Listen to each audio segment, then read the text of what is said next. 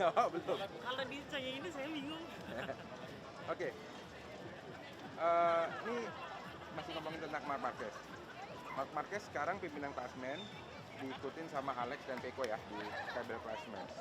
Di luar mereka ada juga Fabio Quartararo yang 2 race terakhir selalu jadi pole position. Iya, Apakah menurut Mbak Ika Fabio bisa jadi ancaman buat para Ducati boys? selalu selalu.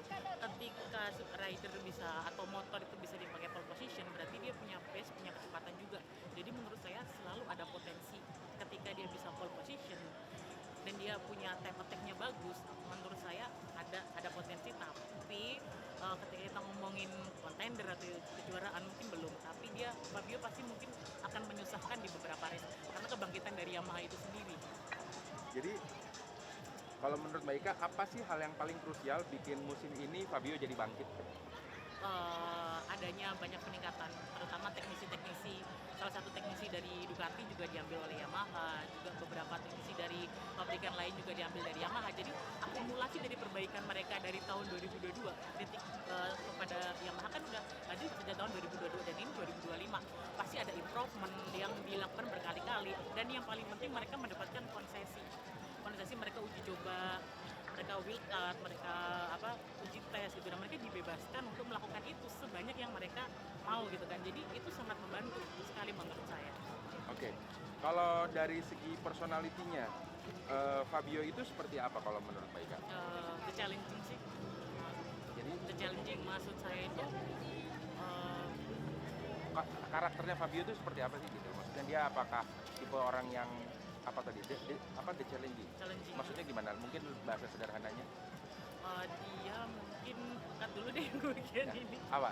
Orang nggak apa-apa, nggak apa.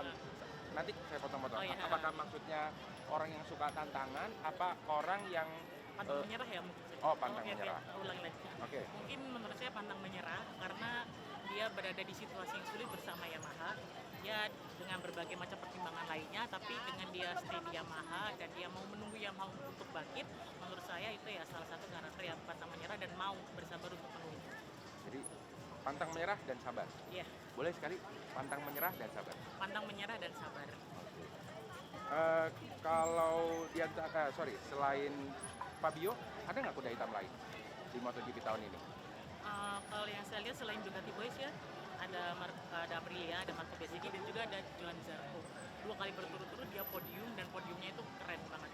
Dan kita ngomongin cuaca, Eropa sekarang lagi ada di cuaca yang tidak bisa ditebak, apalagi di Asia nanti ada kemungkinan Zarco bisa podium lagi. Jadi menurut saya yang jadi kuda hitam yang betul-betul bisa podium saat ini back to back itu adalah Johan Zarco. Eh, ini pengandaian aja sih. Kalau seandainya Mbak Ika jadi pembalap MotoGP, mau naik motor apa dan di tim mana? Karena saya dulu suka dan kasih spinner, jadi yang paling ada di list tertinggi saya itu Ducati Oke, Ducati. Desmo Series. Oke. Terakhir, ada 5 juara dunia, Marquez, Joan Mir, Quartararo, Pecco, dan Martin.